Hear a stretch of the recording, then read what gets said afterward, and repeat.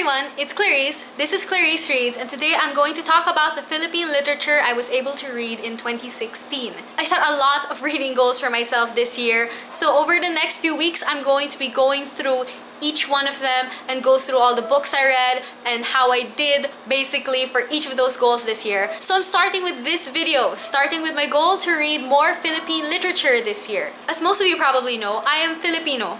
But even though I'm from the Philippines and I've lived here my whole life, before this year, I hadn't read much Philippine literature aside from what I was forced to read for school, which I hated. But I knew that there were some great Filipino writers as well as artists out there whose novels and comics and just books in general I really wanted to read, and I want to be able to support them. I want to be able to read their work and possibly be able to find some new authors that I could read from my own country, because if anyone's going to support Filipino authors, it should be Filipinos, right? I didn't really set a specific numerical goal for Philippine literature to read. I think I just wanted to read more than I read last year. I don't know how many I read last year, but it was probably like 4. And this year I was able to read 12 books from the Philippines. Namely, Mythspace Volume 1 by Paulo Chiquiamco, Midnight Tribunal, and High Tide at Midnight, the 5th and 6th volumes of Trece by Budgetan and Cajo Baldissimo, Po-on, the first book in the Rosales Saga by F. Chanil Jose,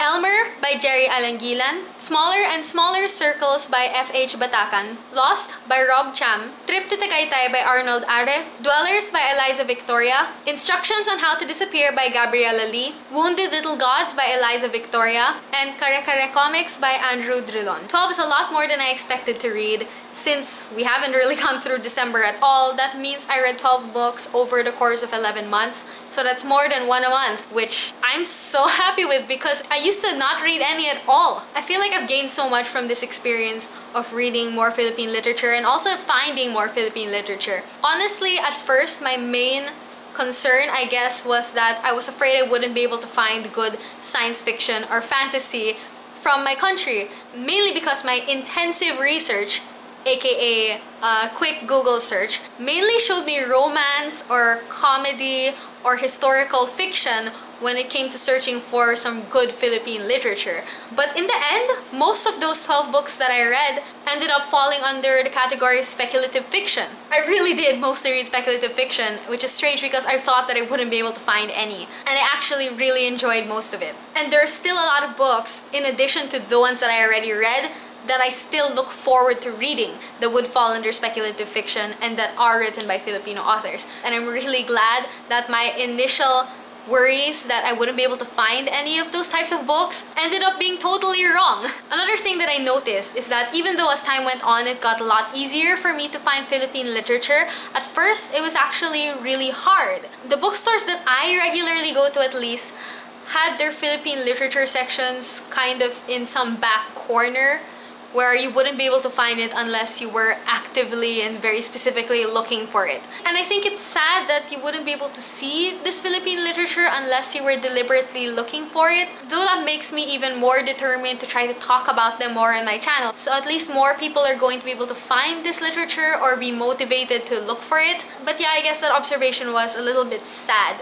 when I noticed it. Another thing that I realized is that initially I was really worried that I wouldn't find much Philippine fiction that I significantly enjoyed. Mainly because of, again, that initial intensive research I did, which showed me that a lot of the genres that are being written in Philippine literature are not genres that I generally gravitate towards. But I really ended up significantly enjoying a lot of what I read. First of all, there isn't a single one of the books that I read that I would say that I disliked. Second of all, I found an author that I actually want to try to read all the work of, and that's Eliza Victoria, because I was significantly impressed by both of the books of hers that I read. And I'm really glad I was able to find a sci-fi or fantasy author that is able to tell stories in a way that I enjoy, and I'm really glad I was able to find her. Mainly thanks to Weena from Weena Wonders, who recommended her. Even though I found her before, it was Weena's recommendation that really pushed me to make sure that I found a book of hers to read, and I ended up finding 2 and ended up enjoying both of them. Third,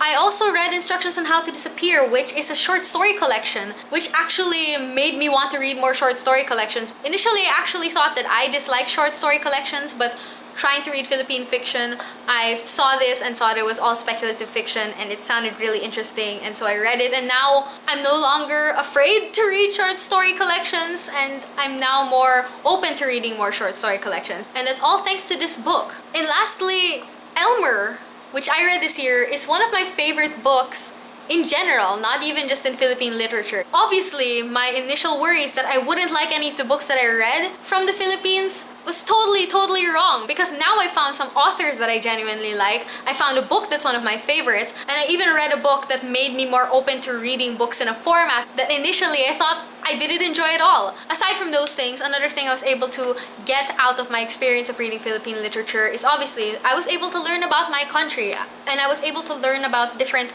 aspects of it that I didn't expect to. Obviously, I learned more about the history and the situation in the past through Po-on by F. Jose, since this is set during the time of Spanish and American colonization. I was able to learn more about Philippine mythology through Mythspace, and if you don't know, the premise of this is basically that all of the creatures of Philippine mythology are actually different alien races.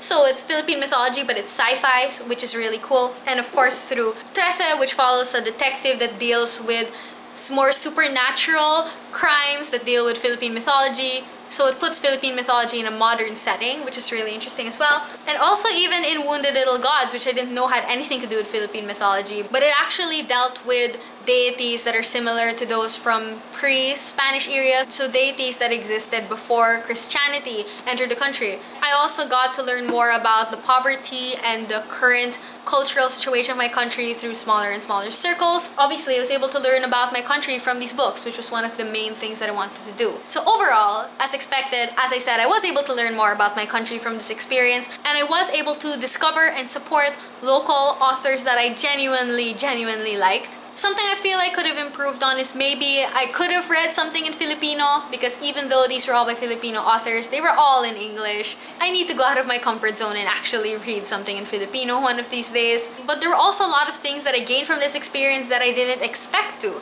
Like, even though I discovered authors that I liked, I also discovered authors that could possibly be new favorite authors, which I didn't expect to happen at all. I also realized how much amazing Philippine speculative fiction there is out there. And I also found a new section of the bookstore to check every single time I go on my rounds there. I go to the sci-fi and fantasy, I go to the comics, and now I also go to the local literature. So I would like to say that what I was able to accomplish this year in terms of this reading goal was an absolute success. And even though I probably won't set it as a reading goal next year, at least not explicitly, I'm definitely going to read more Philippine literature next year. Definitely going to check out more of the work of the authors that I found this year. And I'm really excited to do that, and I'm really glad that I set this as a goal for myself this year, because I was able to gain so much from it. So that was all the Philippine literature that I read this year, as well as all of the observations and insights I was able to gain from it. A cloud is passing through, so suddenly things went dark. So do you have any other Philippine literature that you can recommend to me? Preferably speculative fiction, or books that are actually written in Filipino that aren't too difficult to read, because Filipino can be really tiring to read if it's really heavy. I don't know, maybe that's just me. But anyway, thank you so much for watching, and I hope to see you in my next video. Bye!